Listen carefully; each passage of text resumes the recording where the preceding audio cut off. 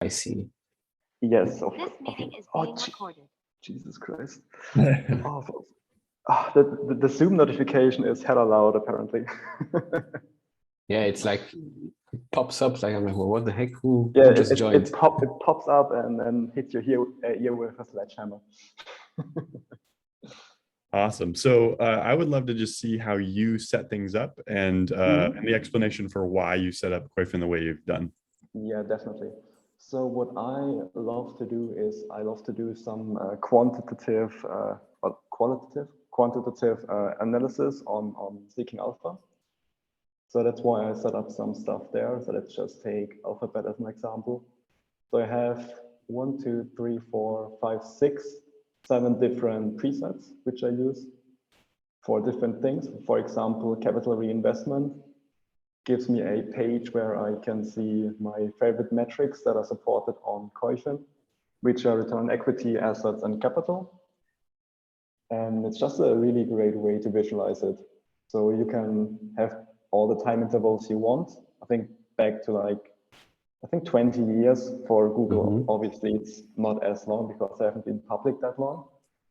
But so that's what I love to do. And what's great about Koyfin is that I can just pop in some other stuff. Let's, I don't know, put in dividend yield is probably a bad idea, but EBITDA, for example. Just pop that in and it should appear in a second. Yeah, and there it is. And if I want to, I can even pop it up and have it on the same screen, which is an awesome feature in my opinion. The amount of stuff you can like customize, you can put all of them in their own little column and then add new stuff to these to compare, just really great. And then if you want, for example, to compare Google with Microsoft, you can just pop that in and it will match the graphs. So that's really helpful, for example, for a comparison. I've made several comparisons in the last month or two. For example, T. Rowe Price versus BlackRock, Danaher versus Thermo Fisher. So that's just really awesome that you can easily compare them that way. So if I am done with capital reinvestment, I can just switch over to other stuff like the margin profile, for example. Gives me a really great setup of these metrics I want to see. The only thing I think could be improved on this screen is if I switch to another template, it only leaves the first company in there. So if I want to compare, I have to add Microsoft back in, but I mean, not really a big issue, but some little improvement. And of course, if you put too much stuff, it can get a little bit distracting. Like if you put more companies in there, at some point you can't really see anything. So the great thing is, which I showed earlier as well, is you can just split it up again. Like you can just take stuff, pull them around and customize it that way.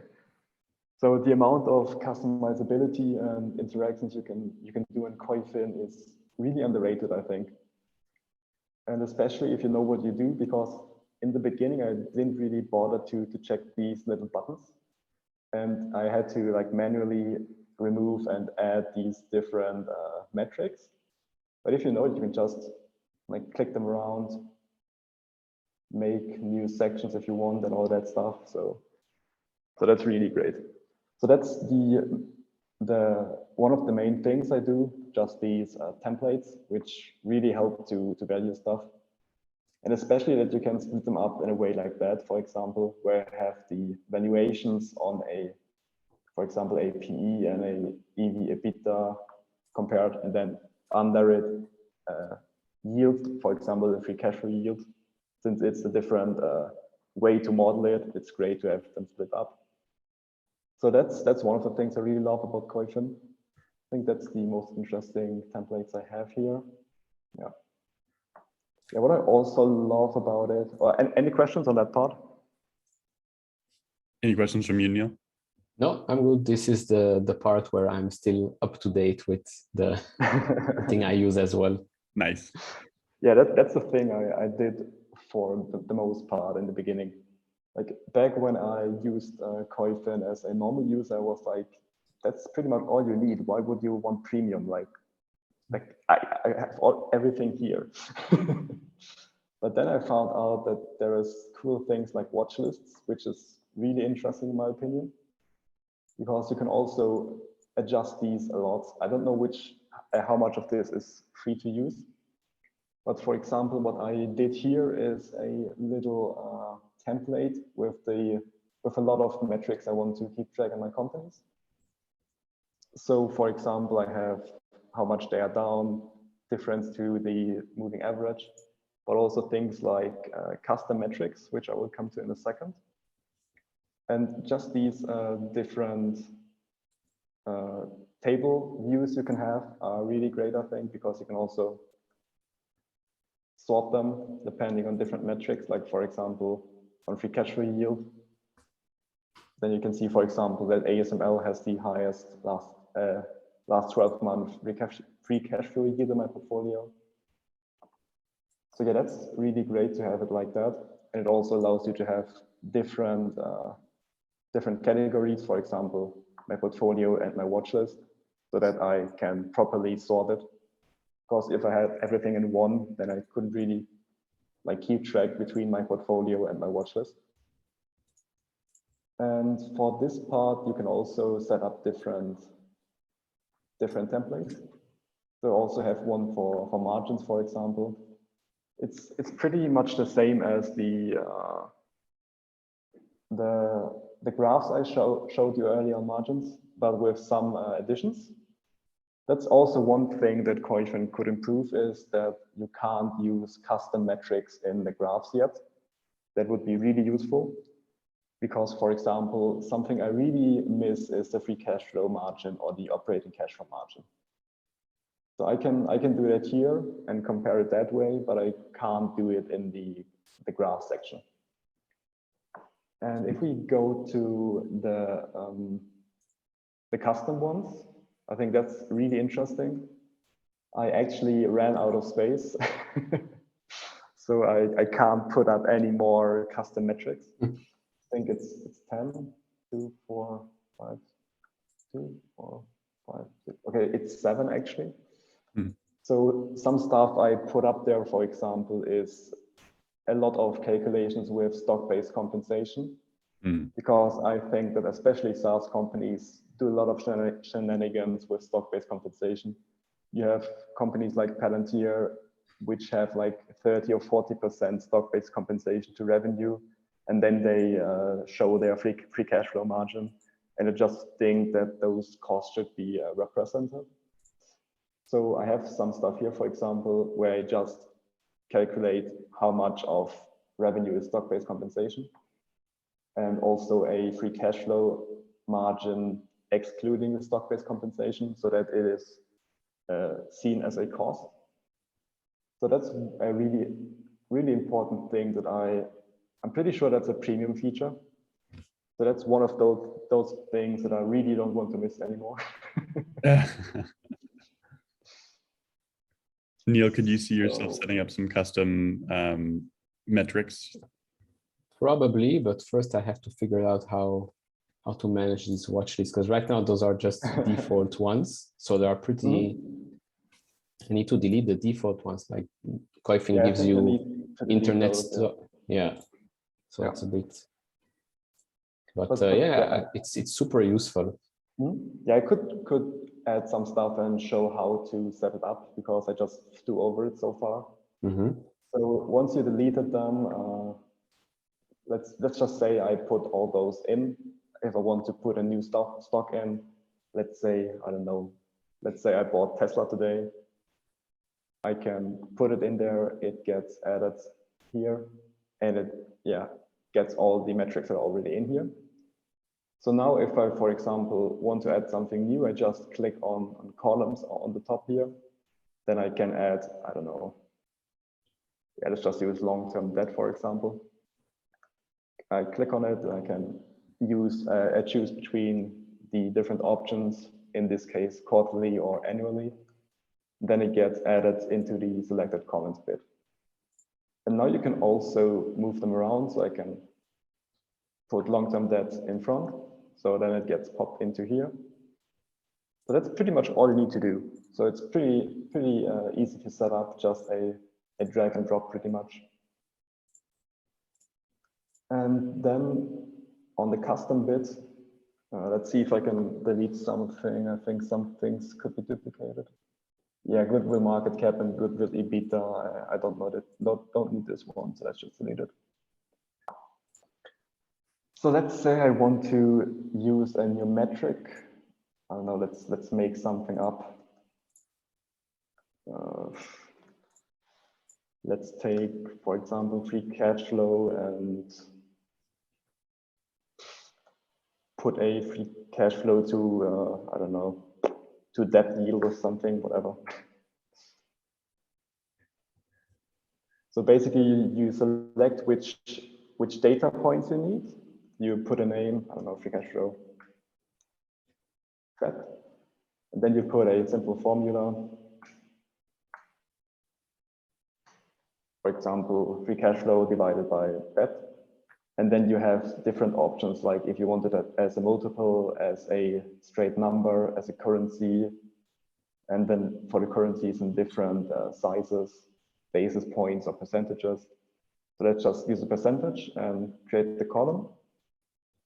And that's all you need to do. And now you have your custom metric and can pop it in here. And there we go. Here we have free cash flow to debt.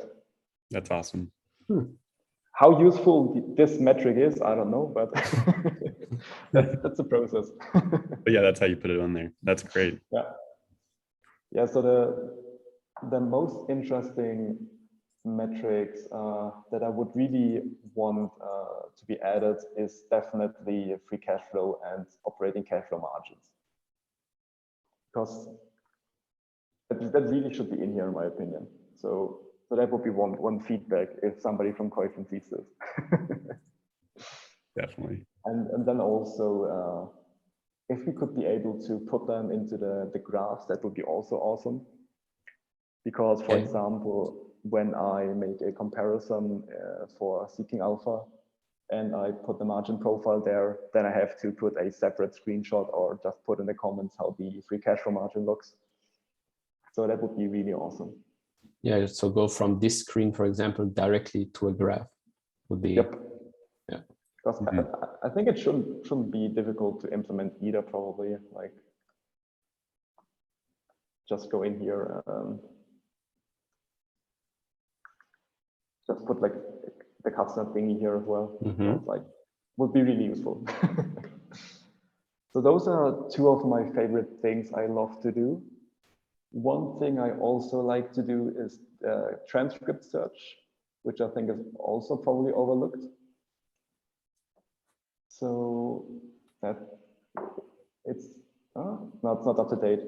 I wanted to search for the process transcript from today. They released earnings today, and there's some interesting stuff there, but that's not available yet. But for example, if we, I don't know, let's use Texas Instruments, and then it gives you the last, I don't know how much that is, like, at least 7 years or so of transcripts are here. Not, oh yeah, it's 196 matches. I won't scroll all the way down here. But basically, for example, if I want to look for free cash flow per share, for example, then I can put it into quotes to use it as a full word. And I can search it, and then it gives me every mention of free cash flow per share. Oh, wow. Also highlights it. So this is very useful. This is really useful. Yeah, this is very overlooked. That's especially to go through different years and to see if the management is consistent. Because, for example, TI loves to talk about free cash flow per share. So it's a good example. If we see the red things, that's all sentences with free cash flow per share. So yeah, that's very useful, I think. So yeah, those are my main tools I use in Koyfin, and hope that was useful. That was great. Yes, indeed.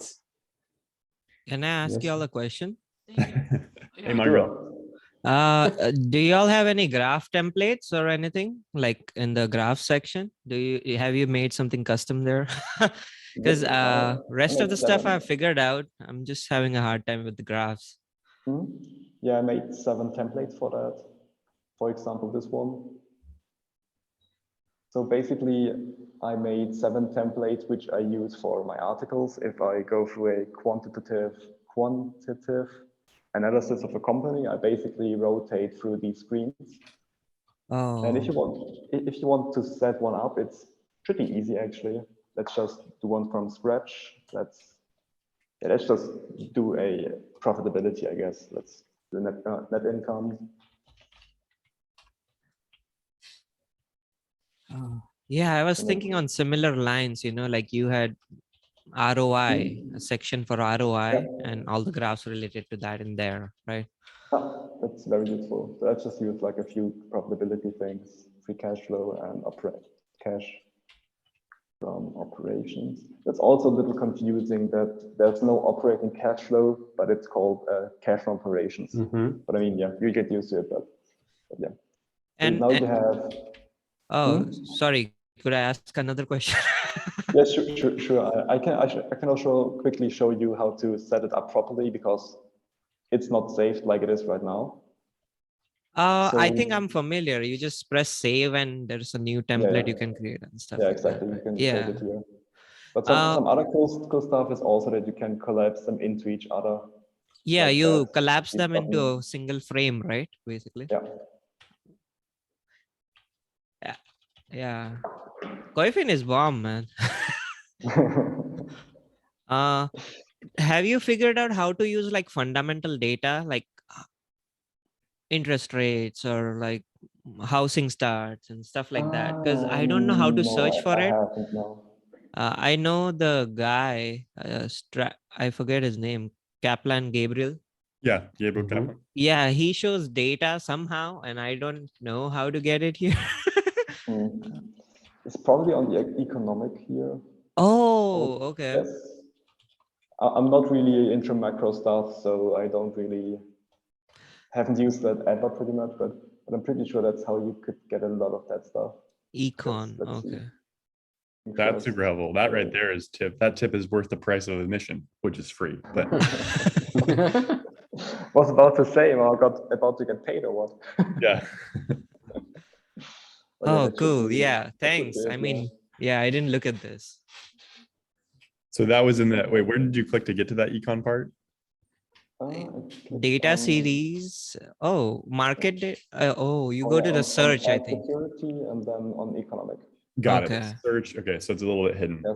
Yeah, there are also futures and forex, bonds, all that stuff that I don't use. So I just use equity. Gotcha. Yeah. But I'm not sure why it isn't showing up here. Do I have to use? Okay, I guess I have to use like stuff like total returns in comparison. Yeah. Great return on Swiss interest rates. Yeah. That's hilarious. Cool. Any other questions, Modern Growth Investing or Neil? No, I could show off a template I have if you all want to see something. Would love that. Do any of you use the dashboards, like my dashboard, for something? I haven't, no.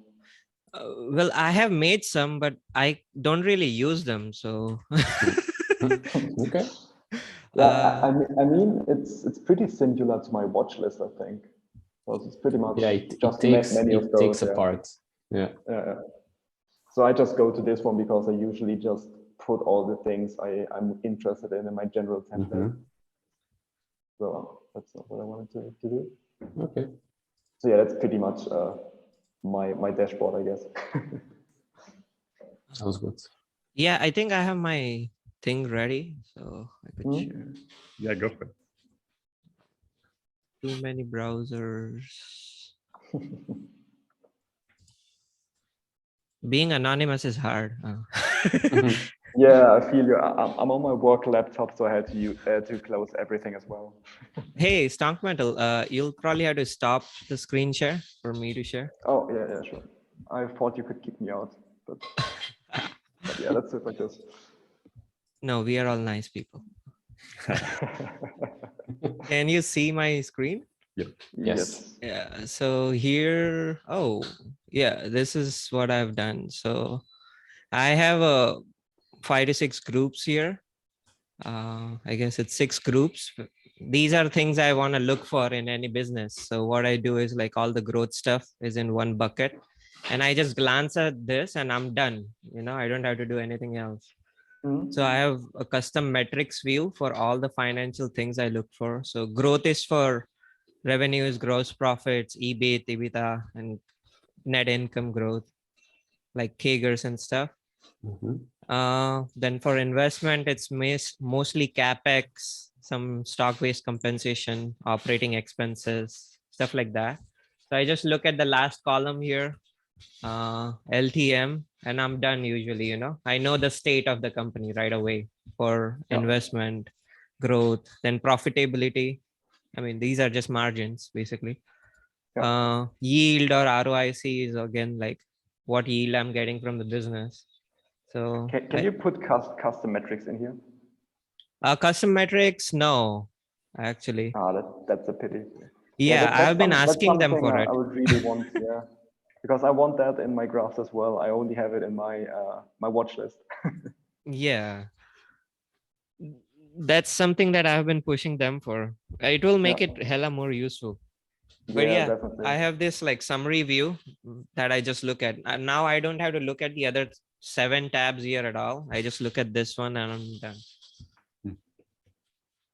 I think that's the biggest thing I had. A few dashboards I had tried. So I was trying for an industry, like if you are investing in direct to consumer companies. I had these different widgets here, but like it's the same thing, you get news, you get like all the market data and then the valuation and stuff.